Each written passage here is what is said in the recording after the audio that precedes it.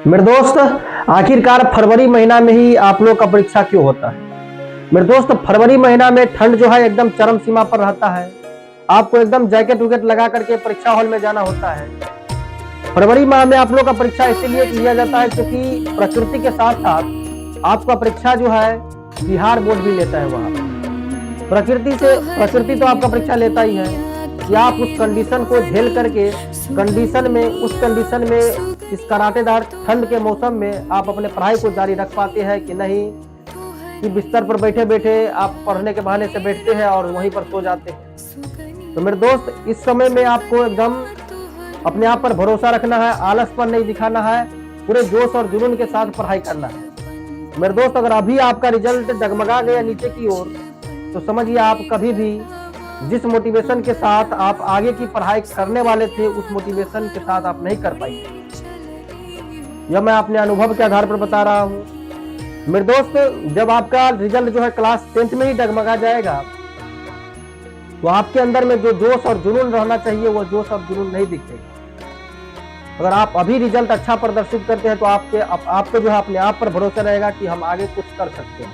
लेकिन अगर आप अभी ये गड़बड़ा दीजिएगा तो आगे क्या कर पाएंगे? कुछ नहीं कर पाएंगे। इसीलिए जब कोई आपको कहता है कि 10th का रिजल्ट किसी काम का नहीं आता है, आगे आपको कुछ नहीं काम का आता है, तो वो बिल्कुल गलत कहता है। आपका जो है मनोबल बिल्कुल जो है मतलब तोड़ करके रख देता है 10th का रिजल्ट। अगर आप अभी डगमगा जाइएगा तो आगे आपका वो मोटिवेशन नहीं रहेगा, जिस जोश और जुनून के साथ आप आगे पढ़ाई कर पाइएगा वह जोश और जुनून आपके अंदर में नहीं दिखेगा।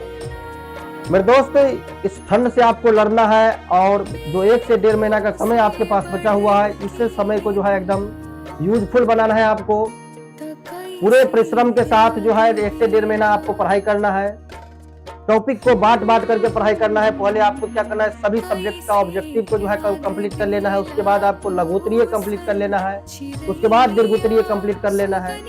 बारीकी से जो है यह 30 से 40 दिन का जो आपके पास समय है, इस समय को जो है एकदम आप अपने आप में यूजफुल बना लीजिए।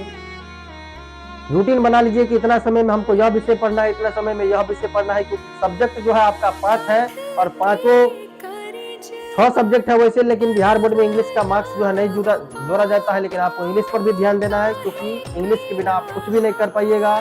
जहाँ पर हिंदी अपना नेशनल लैंग्वेज है और इंटरनेशनल लैंग्वेज है।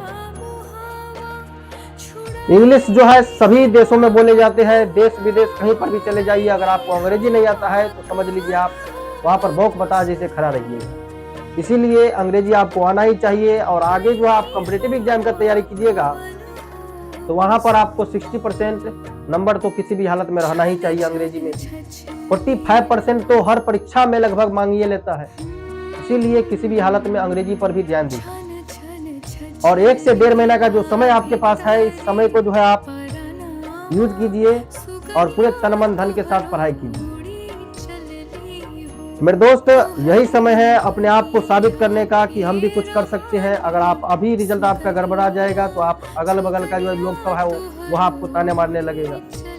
आपका माता पिता जो है जिस तरह से पैसा दे रहा था पढ़ने के लिए वो भी शायद नहीं दे, क्योंकि वो आप उसका भरोसे तोड़ दीजिएगा। मैं आपको समझाने का अपने तरफ से 100% प्रयास किया।